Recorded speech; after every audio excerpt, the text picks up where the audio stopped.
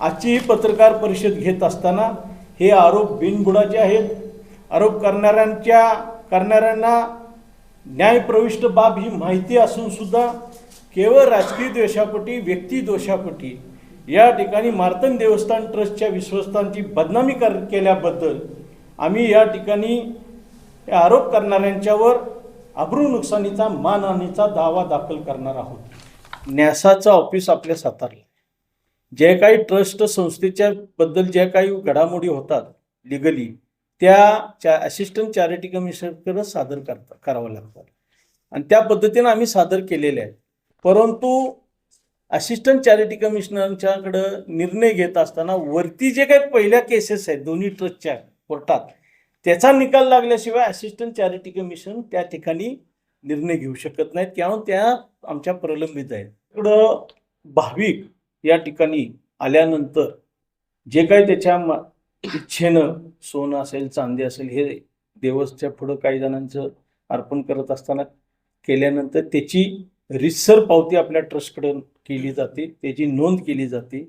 मध्यंतरीच आम्ही रजिस्टर घातलेलं आहे. मध्यंतरीच आम्ही जे काही जिन्नस होते, सोनं चांदी आहे, त्या जिन्नसचं व्हॅल्युएशन करून तो रिपोर्ट हे आम्ही असिस्टंट चॅरिटी कमिशन सातारा यांच्याकडे सुपूर्द केले. देवाला काही नक्त सोनं असेल, अंगठ्या असतील, लॉकेट असतील, याचं जी काही भाविकांनी दिली त्या संदर्भामध्ये आम्ही त्या ठिकाणी त्या माध्यमातून ते ठेवण्यापेक्षा बऱ्याच आमच्या गावातल्या माता भगिनींची इच्छा होती की म्हाळसाई देवीला गंटन असावं सोन्याचं. 9 तोळ्याचं 9.5 तोळ्याचं गंटन आम्ही म्हाळसा देवीला ट्रस्टच्या येणाऱ्या भाविकांच्या सोन्यातून केलं. खंडेरायाला जवळजवळ 10 तोळ्याचा हार आपण सोन्याचा केला आणि म्हाळसाईला सुद्धा गंटन त्या ठिकाणी 5-7, बानाईला सुद्धा 5.5 तोळ्याचं 6 तोळ्याचं गंटन त्या ठिकाणी. म्हणजे भाविकांनी दिलेल्या वस्तू ह्या देवस्थानालाच वापरल्या गेल्या पाहिजे आणि त्या पद्धतीनं आपली कारवाई होत असते. आज महाराष्ट्राचं आराध्य दैवत श्री खंडेरायाच्या भूमीमध्ये आणि आपणा सर्वांचे दैवत श्रीमंत छत्रपती शिवाजी महाराजांच्या पदस्पर्शाने पावन झालेल्या भूमीत सर्वप्रथम आपणा सर्वांचे मी स्वागत करतो.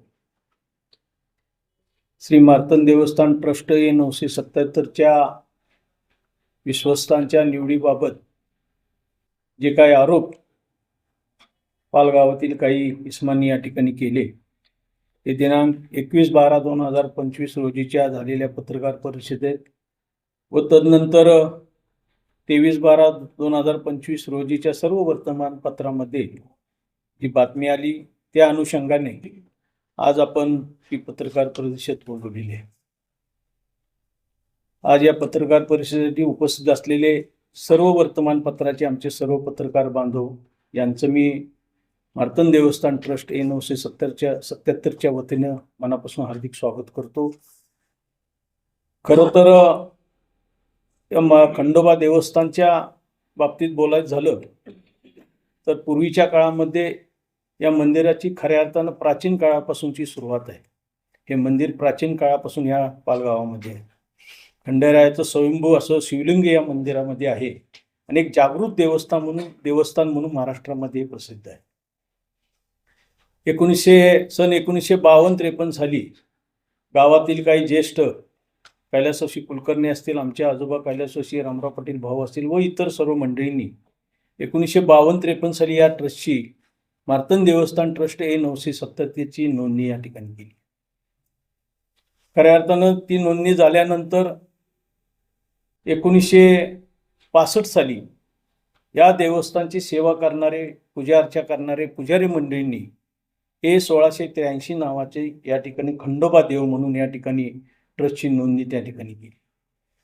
1965ला त्यांचा ट्रस्ट नोंदणी झाल्यानंतर या देवस्थानचा कारभार कोणी पाहायचा, या देवस्थानचं व्यवस्थापन कोणी करायचा, हा वाद निर्माण झाला आणि हा वाद शेवटी 1970 साली न्यायप्रविष्ट झाला. पूर्वी सातारला चॅरिटी कमिशन ऑफिस नव्हतं, कोल्हापूरला चॅरिटी कमिशन ऑफिस होतं. त्यावेळेला हा वाद संपूर्ण चॅरिटी कमिशन कोल्हापूर या ठिकाणी गेला आणि त्या ठिकाणी काही निकाल ट्रस्टच्या बाबतीत झाले. त्याच्यावर अपील पुजारी मंडळींनी मुंबई हायकोर्टात मुंबई चॅरिटी कमिशनकडे केलं. त्याच्यानंतर जॉईंट चॅरिटी कमिशनला नंतर अपील त्या ठिकाणी झालं. 20/12/90ला जॉईंट चॅरिटी कमिशनर पुणे साहेबांनी या दोन्ही ट्रस्टला मान्यता दिली. जो पहिला ट्रस्ट या ठिकाणी त्यांनी A977 हा ट्रस्ट जो स्थापन केला तो मुंबई ॲक्ट पब्लिक ॲक्ट प्रमाणे हा ट्रस्ट स्थापन केला, याला मान्यता दिली. 1683 या ट्रस्टला इंडोमेंट ट्रस्ट, खंडोबा देव इंडोमेंट ट्रस्ट म्हणजे मालमत्तेच्या बाबतीमध्ये त्याला मान्यता दिली. हा निकाल झाल्यानंतर संबंधित पुजारी मंडळींनी 1683 साली ह्या माननीय जॉईंट चॅरिटी कमिशन पुणे यांच्यावर निकालावर नाराज होऊन या डिस्ट्रिक्ट कोर्टामध्ये त्यांनी त्या ठिकाणी अपील दाखल केलं. 91 साली ते अपील दाखल, त्या निकालावर नाराज होऊन 91 सालापासून ते डिस्ट्रिक्ट कोर्टात अपील चालू असताना तदनंतर साधारणतः 17 साली या डिस्ट्रिक्ट कोर्टाचा निकाल लागला.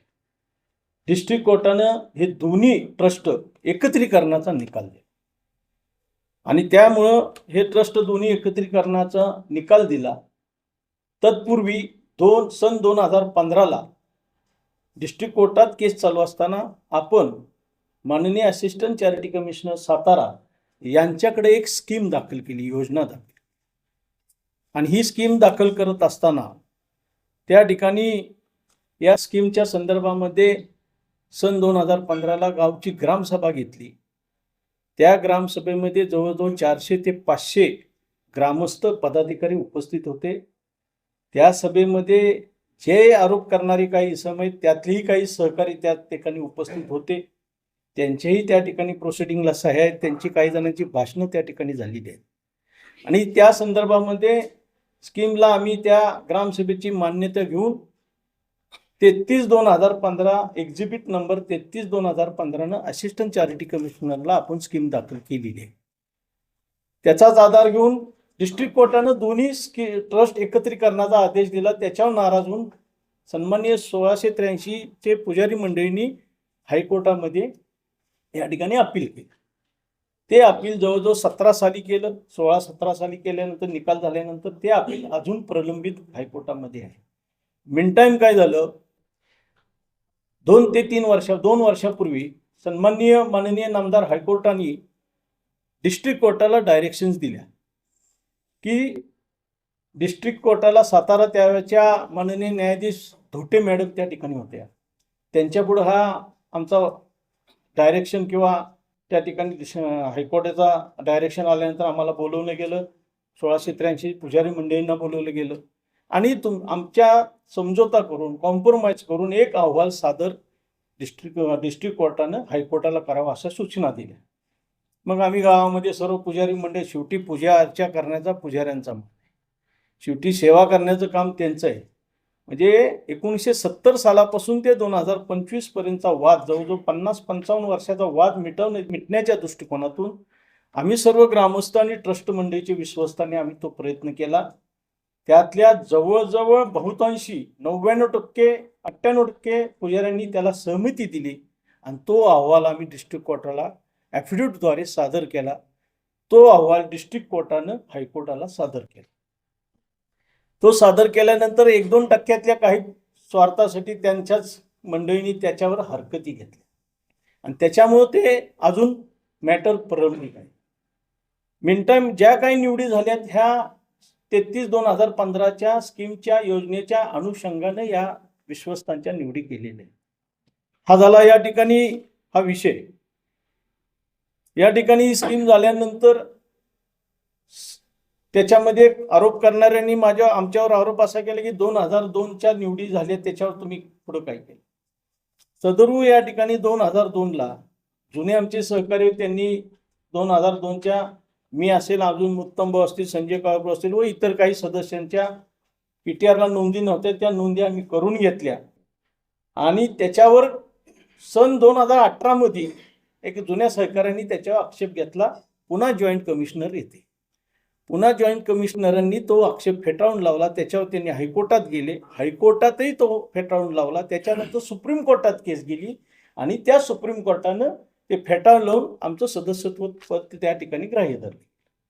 या सर्व बाबी होत असताना विनाकारण या ठिकाणी ज्या परवाच्या पत्रकार परिषदेमध्ये आरोप करण्यात आले हे बिनबुडाचे आरोप आहेत. आपण जर पाहिलं असेल, या देवस्थानचा कारभार व्यवस्थितरित्या करण्यासाठी लोकप्रतिनिधींचं, ग्रामस्थांचं, भाविकांचं मोलाचं सहकार्य यामध्ये आम्हाला मिळालेलं आहे. आणि जवळ आपण बघितलं असेल की फार पूर्वीचा काळ, इथं जुने जाणती ज्येष्ठ माणसं आहेत, त्यांना जरी तुम्ही विचारलं तर या देवस्थानला लाखो भाविक राज्यातून, परराज्यातून, आंध्र कर्नाटकमधून येत असतात. भाविकांच्या सुविधा होणं हा दूरदृष्टिकोन डोळ्यापुढे ठेवून आम्ही सर्व विश्वस्तांनी, आमच्या सर्व गावातील प्रमुख लोकांनी सहकार्य केलं. आज या ठिकाणी एक सहकार्य करत असताना पहिल्यांदा 2000ला आत्ताचे उपमुख्यमंत्री, त्यावेळेचे जिल्ह्याचे पालकमंत्री नामदार अजितदादांनी क वर्ग दर्जा आम्हाला मिळवून दिला. 2008-9ला या देवस्थानला त्यावेळेचे ग्रामविकास मंत्री आमचे स्नेही नामदार जयंत पाटील साहेब असतील, बंटी पाटील साहेब यांनी ब वर्ग दर्जा मिळाला आणि कोट्यवधीची विकासाची कामं या देवस्थानला, किंबहुना या देवस्थानच्या परिसरामध्ये अनेक कामं झालेली, हे तुम्ही आम्ही सर्वजण जाणतो. आज हे देवस्थान उदयाला येत असताना काही लोकांच्या डोळ्यामध्ये खुपतंय की केवळ चांगल्याला चांगलं म्हणण्याची भूमिका आपली सर्वांची असली पाहिजे. केवळ बदनाम करण्याच्या दृष्टिकोनातून हा उठाठेव परवाच्या पत्रकार परिषदेमध्ये झालेला आहे.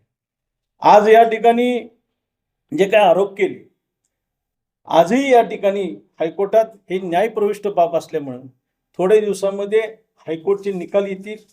तत्पूर्वी कोल्हापूरला खंडपीठ झाल्यामुळं काही केसेस तिथं प्रलंबित, त्या ट्रान्सफर करायचं काम चालू आहे. थोड्या दिवसामध्ये त्याचा निकाल आल्यानंतर त्याच्यानंतर जी आमची असिस्टंट चॅरिटी कमिशन सातारा यांच्याकडे जी स्कीम आहे, त्या स्कीमला हायकोर्टचा निकाल लागल्याने त्याला मंजुरी मिळेल आणि त्या मंजुरीनंतर जे काही पुढच्या प्रोसेस आहेत हे करता येतील. म्हणजे मुळात ह्या ट्रस्टच्या ह्या देवस्थानच्या दोन ट्रस्टचा वाद हा 50-55 वर्षाचा वाद या निमित्तानं संपणार होता. पण काही मंडळी जनतेची, भाविकांची दिशाभूल करण्याचा प्रयत्न जाणून बुजून या ठिकाणी करतात. म्हणून आजची ही पत्रकार परिषद घेणं मला उचित वाटलं. कारण शेवटी आजपर्यंत आपण जर बघितलं की चंपाषष्ठीच्या उत्सवा दिवशी आम्ही ग्रामसभा घेत असताना या चंपाषष्ठीच्या उत्सवाच्या ग्रामसभेमध्ये संपूर्ण वर्षाचा जमा खर्च लेखाजोखा हा समाजाला, गावाला वाचून दाखवतो. त्याला त्या गावकऱ्यांची मान्यता त्या ठिकाणी. आजही आमच्याकडे या ठिकाणी आपल्या देवस्थान ट्रस्टच्या बाबतीमध्ये ऑडिट हे दरवर्षी केलं जातं. या ठिकाणी येणाऱ्या जिन्नसाचा योग्य असा वापर, जे भाविक भक्त जिन्नस देतात त्याची नोंदणी, पावती रितसर या देवस्थान ट्रस्टमध्ये दिली जाते. कोणताही या ठिकाणी भ्रष्टाचार या ठिकाणी केलेला नाही आणि कधीही होणार नाही हा शब्द आमचा आहे. कारण शेवटी खंडेरायाच्या बाबतीमध्ये या जागृत देवस्थानामध्ये आपण सर्वजण एक चांगल्या भावनेने या ठिकाणी काम करतो.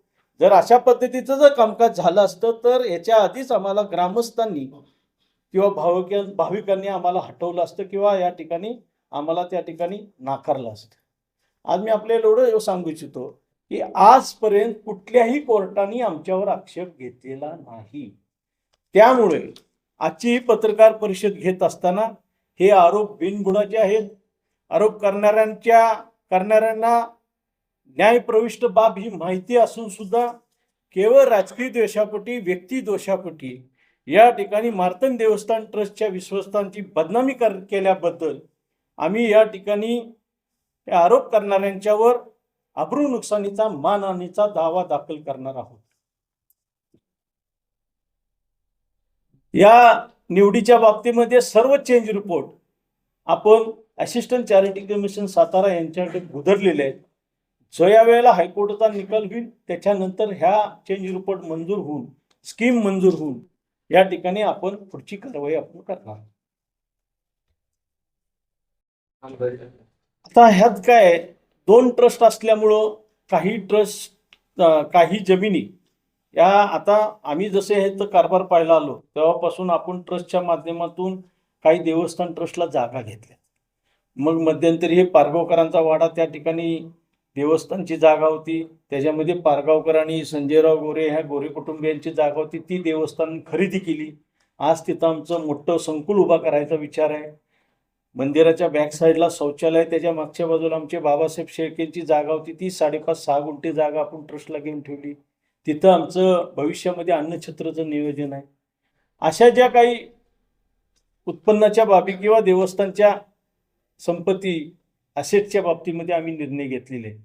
देवस्थानच्या बाबतीमध्ये आपण जर बघितलं तर अलीकडच्या काळामध्ये लाखो भाविक हे दान धर्म करतात, जीर्णोद्धारासाठी देणगी देतात, अन्नदानासाठी देणगी देतात.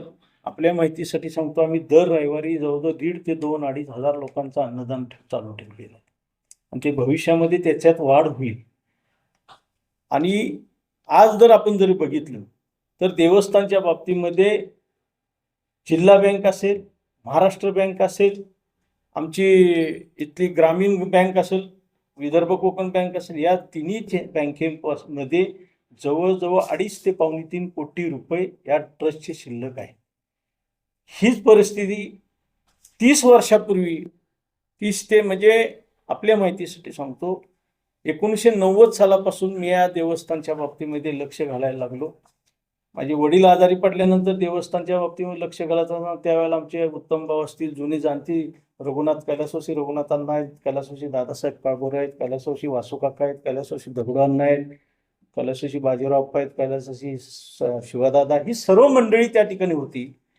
अशी परिस्थिती होती 30-35 वर्षापूर्वी. 85 सालची गोष्ट सांगतो, 90 सालची 85, की देवस्थानचा जे सेवा करतात सेवेकरी, झाडलोट बिडलोट किंवा इतर मानधन जे आम्हाला ह्या देवस्थानचे संपूर्ण सेवा करण्याचे मान ह्या पाल गावातील संपूर्ण समाजातील घटकांना आहेत. 12 बलुतेदारांना, संपूर्ण लोकांना आहेत.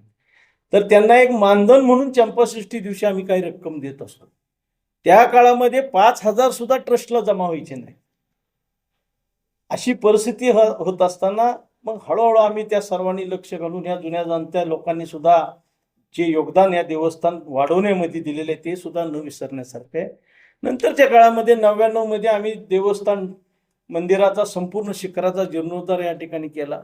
मग हळूहळू लोकांची धार्मिकता वाढलेली आहे, भावना वाढलेल्या आहेत. मग लोकांनी सुद्धा सढळ हाताने मदत त्या ठिकाणी दिली.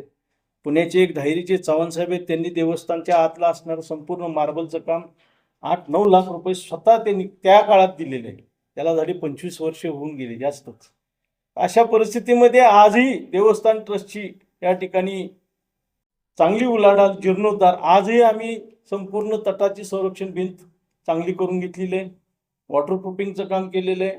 समोरच्या बाजूला आपण जर बघितलं तर तिथं नगरखाना होता, तिथं नगरखाना पत्र्याचा साधा होता, तो पाडून तिथं मेघडंबरी बांधलेली आहे. अतिशय देखणं. ज्या वास्तूत आपण आत्ता बसलो इथं साधी पत्र्याची इमारत होती, आपण पाहिली असेल. ही सुद्धा इमारत हॉल, ऑफिस, तुमचं देणगी ऑफिस, स्टोर रूम, साहित्य देवाचं जिन्नस, अगदी लॉकर सहित सगळं व्यवस्थित. CCTV फुटेज, CCTV जवळजवळ 28 CCTV देवळात सभोवताली बसवलेले आहेत. या इमारतीला इथं वरती हॉल असेल, 2 रूम, अधिकारी येतात, लोकप्रतिनिधी येतात, त्यांची सोय झाली पाहिजे. या सर्व बाबीचं हे जीर्णोद्धाराचं काम आपण देवस्थान ट्रस्टच्या माध्यमातून केलेलं आहे. शासनाचे सुद्धा कोट्यवधी रुपये या देवस्थानला मिळालेले आहेत. आपल्या माहितीसाठी सांगतो की 2011ला माननीय आत्ताचे उपमुख्यमंत्री अजितदादा अर्थमंत्री असताना मी दादांना कराडला जाऊन भेटलो. दादांना म्हटलं निधी मला द्या. त्यावेळेला दादांनी 5 कोटी रुपये निधी या देवस्थानला दिला आणि 5 कोटी देत असताना दक्षिण पात्रातला पूल आणि देवस्थानचा सभोवतालचा परिसर काँक्रिटीकरण झाला. 3.5 कोटी रुपये खर्च झाले. उत्तर पात्रातला पूल, दक्षिण पात्रातला पुलाचं टेक्निकल सँक्शन म्हणून 1.5 कोटी रुपये लॅब झाले. परंतु आमचे सन्माननीय माजी मंत्री, माजी आमदार बाळासाहेब पाटील साहेबांच्या माध्यमातून दक्षिण पात्रातला पुलाचं काम आपण बघितलं 2 वर्षापासून. अतिशय सुंदर असं 2.5-3 कोटीचं काम झालेलं आहे. या ठिकाणी आजही आदरणीय आमदार बाळासाहेब पाटील साहेब असतील, ट्रस्ट, आम्ही सर्वांच्या प्रयत्नातून पर्यटनमधून आजही 3,02,55,000 रुपये या ठिकाणी या देवस्थानला मिळालेले आहेत. मग त्याच्यामध्ये दर्शनबारी जी झालेली त्याची वाढीव त्या ठिकाणी दर्शनबारी करायची. मिरवणूक मार्गाचा रस्ता काँक्रिटीकरण करायचे आणि जिथं देवाचं लग्न लागतं त्या ठिकाणचा विस्तार म्हणजे बहुला मंडप हो मोठा RCC करणे किंवा समोर भाविकांना उभा राहण्यासाठी गॅलरी अशा पद्धतीची कामं आम्ही त्यामध्ये सुचवली. हा आरोप पूर्णतः चुकीचा आहे. देवस्थान ट्रस्टच्या खरेदी करत असताना देवस्थान ट्रस्टच्या नावानंच खरेदी करावी. ह्या सर्व बाबी या मंडळींना माहिती आहेत, पण केवळ व्यक्ती दोष राजकीय दोषाने पछाडलेली माणसं आहेत, त्याच्यामुळे हा आरोप केला जातो. आजही कुठल्याही देवस्थानचं खरेदी तुम्ही बघितली तर देवराज बाबासाहेब पाटील या नावानं नाहीये, श्री मार्तंड देवस्थान ट्रस्ट A 977 चेअरमन या नावानं. तर दुसरं तो विषय असा आहे की या देवस्थानात तुम्ही उत्पन्नाचा बाब बोलला. खरं तर देवस्थानला येणाऱ्या सर्व भाविक भक्तांच्या जीर्णोद्धाराच्या देणगीतून हा देवस्थानचा परिसर जीर्णोद्धार हा झालेला आहे, विकास झालेला आहे.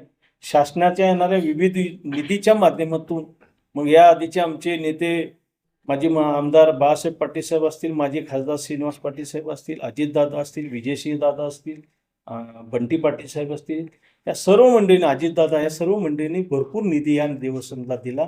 म्हणून आज हे देवस्थान उदयाला आलेले आहे. आजही आपल्याला सांगू इच्छितो या देवस्थानच्या संपूर्ण परिसरामध्ये 300 ते 400 कुटुंब उदरनिर्वाहाच्या दृष्टिकोनातून जगतात. आज भाविकांची सोय झाली, दळणवळण वाढलं, व्यवसाय वाढला, व्यापार वाढलेला. आज देवस्थानच्या बाबतीमधलं जे उत्पन्नाचा वाद होता तो वाद आम्ही संपुष्टात आणलेला आहे. पुजारी मंडळींना आम्ही विश्वासात घेऊन या ठिकाणी हायकोर्टाच्या डायरेक्शन प्रमाणे आम्ही निर्णय घेतला. पुजारी मंडळींनी सुद्धा त्यामध्ये सहमती दिली आणि हा 50 वर्षाचा 55 वर्षाचा वाद हा मिटणार आहे. परंतु यामध्ये अशी लोक हा मिठाचा खडा टाकून हा मिटण्याचा वाद वाढवण्याचं काम करतात. जनतेची भाविकांची दिशाभूल ग्रामस्थांची दिशाभूल करण्याचा प्रयत्न या ठिकाणी जाणून बुजून होतो. आणि मी आपल्याला यावर एवढं सांगतो, जर आम्ही या ठिकाणी जर विश्वस्त मंडळ काम करत असताना आम्ही नुसतं विश्वस्तच काम करत नाही, आमची सर्व सहकारी आजी माजी पदाधिकारी यांना आम्ही बरोबर घेऊन काम करत असतो. हे जर काम आम्ही व्यवस्थित करत नसतो तर गावानं आम्हाला मागच नाकारलं. आजही कुठल्या कोर्टाचे आक्षेप आमच्यावर नाही. त्यामुळे हे बिनबुडाचे आरोप आहेत आणि त्यांना आम्ही या संदर्भामध्ये अग्रनुकसानीचा मानहानीचा दावा दाखल करणार.